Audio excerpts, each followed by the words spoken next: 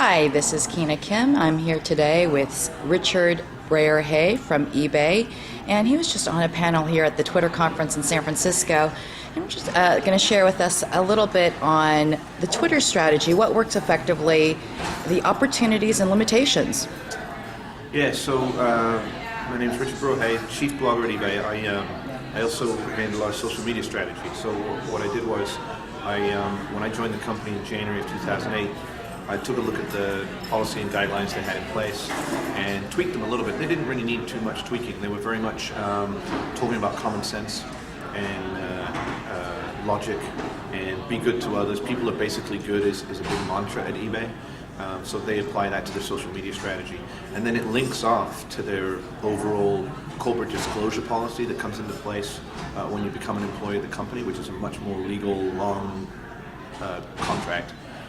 So our social media guidelines are only 3 pages long.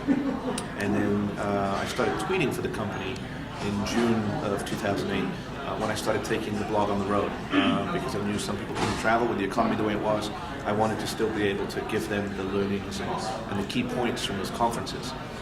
So I actually wanted to do an internal live blogging plugin on my WordPress blog, which the eBay Inc. blog is, ebayblog.com is on a WordPress site, but I just didn't have the time. It was like a last minute thing. I didn't have the time to do a plugin for that site, so what I did was I just instituted Twitter. It was just an easier solution. So it was more happenstance than anything else that I started using it.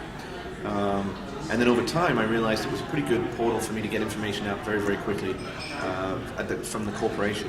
So what I did was I started using it for our earnings calls because I knew there was a whole audience of people out there that are buying and selling, mostly the sellers really, I guess, that follow us so closely, but they're packaging things up, they're going to the post office, they're all over the place in the afternoon when earnings usually happen around 2 o'clock. So I wanted them to be able to get access to that information too, even though they didn't have the time to sit down in front of the computer for an hour and watch the PowerPoint and listen to the call. So I started tweeting our earnings calls, and just literally whenever I heard John Donahoe say something of interest, I would tweet that. And they call me the fastest sausage fingers in the West because I have these big old sausage fingers, and I'm literally typing the whole time for an hour. My fingers cramp up afterwards. I have to do all these exercises.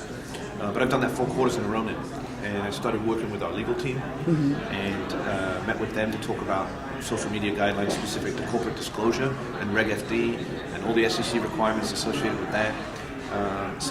What's the biggest challenge for you on that end with regards to the legal? The biggest challenge was the legal team was like, well, we've always done it like this. No one else. When you meet with lawyers, I found as long as you can find precedents, you're okay. So I was like, oh yeah, there's tons of people doing it. And I went out to find there was not a single company that had done it. We were the only ones that had done it. So I had no precedent to point to when I went to this meeting, which was really difficult. I think I saw that Sun had linked to their earnings call. That was it. They hadn't actually done a transcript. And there's a big difference between oral disclosure and written disclosure in terms of the regulations behind it. So what I did was met with our legal team. We sat down together and hammered out a policy that basically whatever disclosure statements are made on an earnings call or at an analyst day before that meeting happens, I would also have to convey to my readers.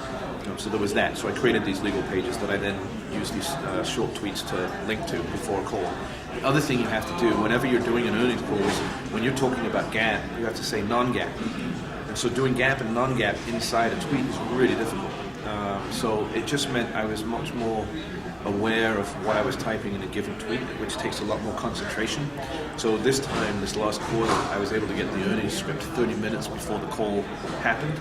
So I started scrambling, and I got the first maybe 40 minutes of tweets ready, and I was typing them, and then I just had to assign hashtags to them, and just all that kind of stuff. So it's a very labor-intensive project for a very short amount of time, but it's worth it in the long run. We're getting to a whole new audience. Great, like you're saying, so for public companies with the legal department, policies in place, Twitter is an effective tool for branding, marketing, and Definitely. Spreading the word. Definitely. Great, thank you so much for joining us today. My pleasure. Thanks so much.